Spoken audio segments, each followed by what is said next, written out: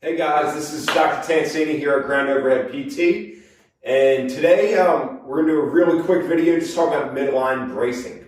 Okay, midline bracing or bracing your core is commonly talked about and thrown around in many different circles, many different gyms you've probably been to, and if you haven't heard that term before, then it's probably a pretty big shock to me personally. We hear it all the time. Tighten your abs, tighten your core, tighten your back. All those things are cues and verbal cues to try and get you to stabilize the midline of the body so that you can, one, be safe, but two, move as much load as possible and be effective with transfer of load through that midline. Okay, so what is the midline? Okay, when I'm talking about midline, we're talking about anywhere from about here all the way down to about here. Okay, so think it comprises the hips, the pelvis, the lumbar spine, all the way up, starting to trickle up in through that thoracic spine as well. Okay, now, why do we need it? Okay, why do we need a braced spine? Okay, well, one, we want to protect the spine. Okay, so we know that when we don't protect the spine and brace the spine the way we need to, we tend to see back injuries, we tend to see hip injuries, shoulder injuries, but most commonly, the big one you hear about is low back injuries, okay? Number two, okay, if you're watching this, you probably want to perform your best and you probably want to move as much load and be extremely effective with transferring load through your body. And the midline is meant to transfer load, okay? The midline is meant to transfer load from the legs all the way up through the upper body. It acts as a rigid and a sturdy lever so that we can then perform off of, okay?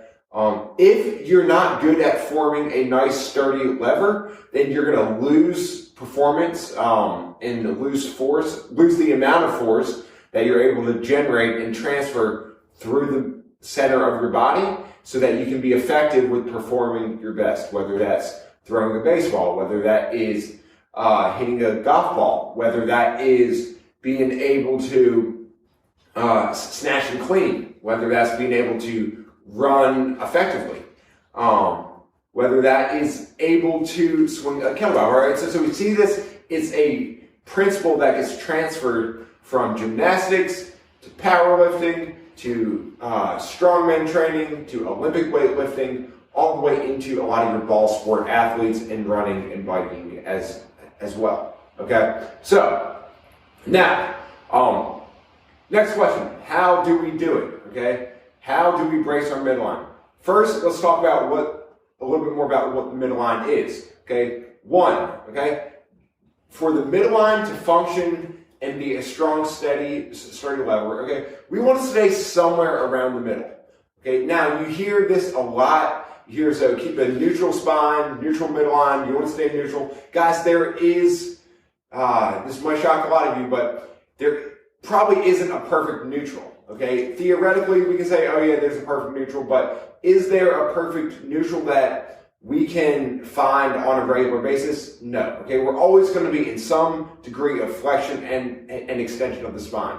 The big thing is that we want to stay somewhere around the middle, and we want to be able to control it in that Goldilocks area in the middle. And we want to be able to have the entire spine move as a unit in global flexion or global extension, okay, much like you would see in a arch to hollow or a hollow hold, right? So we want the spine to move as a unit. We don't want to move at one segment. Okay, so how do we brace it? Okay, to brace the midline, we need a contraction in the front and the back. Okay, I would say the most common form of back pain that I see in my practice is people who forget about the front and they only focus on tightening up the back. Okay, so they get super tight through the back and they're like, oh yeah, coach, my back's tight. All right, here, I really feel it in my back, right? So all you're doing there is taking the lumbar erectors, locking yourself down at the far end of your joint, and compressing it, okay? This is gonna cause a lot of, one, low back tightness, okay? And it's gonna cause your erectors to absolutely fire up when you're doing any kind of deadlift, kettlebell swing, snatch, clean, okay? On top of that, you might feel a lot of pressure as you're pressing overhead. You might say, oh man, like that just didn't feel right on my back. You got too far extended, causing a little bit too much compression through those individual segments, then causing you back pain, okay? You do this chronically over time, or you do this in one huge instance, and we start seeing numbness and tingling down the legs. We start to see this chronic back pain that just doesn't go away. We start seeing a massive hypertrophy through those lumbar erectors over time, simply because the hypertrophy is from the body, it's starting to adapt to it, but it doesn't mean we necessarily want to live there, okay? Now, don't get me wrong, we need a strong lower back, okay? But too many of you guys and too many athletes out there overuse the low back to try and brace the midline, okay? Why is that a problem? One, we talked about compression and the low back pain that happens.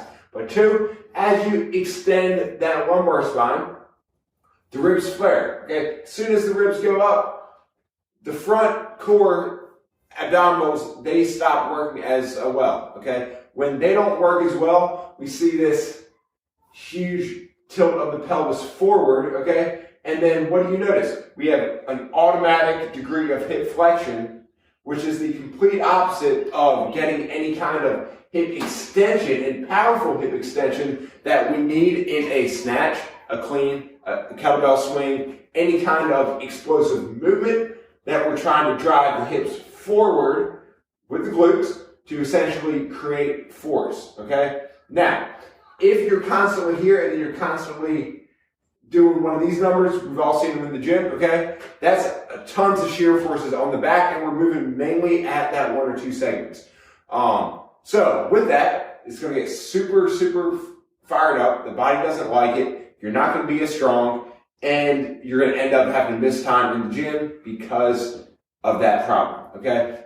Next problem, okay? As you extend the spine and we're in a little bit more hip flexion, okay? We said the back of the hip doesn't work quite as well, okay? Now you're gonna have a harder time controlling the entire limb, so the knees are gonna wanna start caving in a little bit more, okay? You're gonna feel a lot of pressure through the front of the hip, okay? Maybe a lot of tightness as you hit the bottom of that squat, okay? As you're doing, say like hollow hold or like midline work, the front of your hips might actually start to fire up because you're overworking that area, because your midline isn't working as well, okay? We'll start seeing a little bit more internal rotation through that femur, okay? Once again, increasing the pinching in the front of the hip, causing a lot of athletes to experience this chronic hip pain that they feel over and over and over and over again, okay? Now, we can keep on going down the chain. We're talking about it affects the knee, so looking at huge prime cause of knee pain also starts at that midline. Go down to the foot and ankle, right? So a lot of problems through the arch, through the ankle, through the foot, through the plantar fascia, right? All derive from that midline. Okay, so pretty important stuff. We can even come up the chain. We talk about as we get here, we have a harder time stabilizing the shoulder. Okay, start seeing shoulder pain, elbow pain, etc. Okay, so that is the why, a huge, long, kind of drawn out why behind it. Okay, now what we need to do is we want to pull the rib cage down. Okay, this is how you functionally brace the midline. If you're standing here, okay, whether you're about to do a deadlift, a snatch, or anything to where you're standing up, okay, we ultimately want to think about pulling the ribs down, okay, and being braced here. Now, we can then talk about, okay, then being able to then stack a nice stable hip on top of that midline, or stack a nice stable shoulder on top of that midline. But for today's video, all we're talking about is the midline. So, big thing here, ribs down in front, okay? And as you do that, you're probably going to start to feel that butt actually start to squeeze a little bit more for you and just get a little bit more rigid, okay? With that, ribs down, the midline is going to be in a relatively neutral position, which one is going to protect your back, and two, allow you to produce more force and support more loads and perform better without feeling your back hurt, and be able to hit new PRs because you're ultimately stronger for it, okay? So, some common questions that I get when I start to teach this concept, and when you'll probably start to experiment with it. One, brace the midline, but I feel like I'm hunched over, okay? Guys, it's important to realize that, one, we've got to be able to disassociate, which means separate, the lumbar spine and the thoracic spine, so the upper and the top, right? So right here, we're talking a lot about the bottom. Now, we should be able to squeeze the midline down, keep those ribs down, and keep a relatively nice, braced, erect upper thoracic spine, okay? Now, what we tend to see is a lot of people with chronic mobility problems, especially in the thoracic spine, cannot actually get their thoracic spine extended. Okay, so what's the big compensation there is, boom, they're told to keep your chest up, keep your chest up, keep your chest up. So we throw our chest up, we can't get it from the upper back, so we get it from the lower spine, the lumbar spine, and puts us in that same position we don't want to be into. Okay, so side note, work on the thoracic spine. Okay, now, if you've got mobility, work on keeping the rib cage down, but then learn how to disassociate and keep that keep that thoracic spine in a more extended position, okay? This is going to help you so much when you go Olympic lift and do anything in the gym, okay? Now, also, the thoracic spine, okay, has a natural kyphotic curve. So what that means is it's naturally a little bit flexed forward, and that's normal, okay? So squeeze here, okay, you're going to see a little bit around in someone's upper back, and guys, that's okay. But the upper or the thoracic spine in general is meant to flex, and I'll save this for a different video, but it can accept a lot of load in a little bit flexed posture. Look at the strongest powerlifters out there in the world. Look at strongmen who are constantly picking up stones and these other super heavy objects that are awkward. Most of them normally have a little bit of flexion through their thoracic spine, but in that lumbar spine, they're nice and braced in either a little bit, somewhere around that Goldilocks area.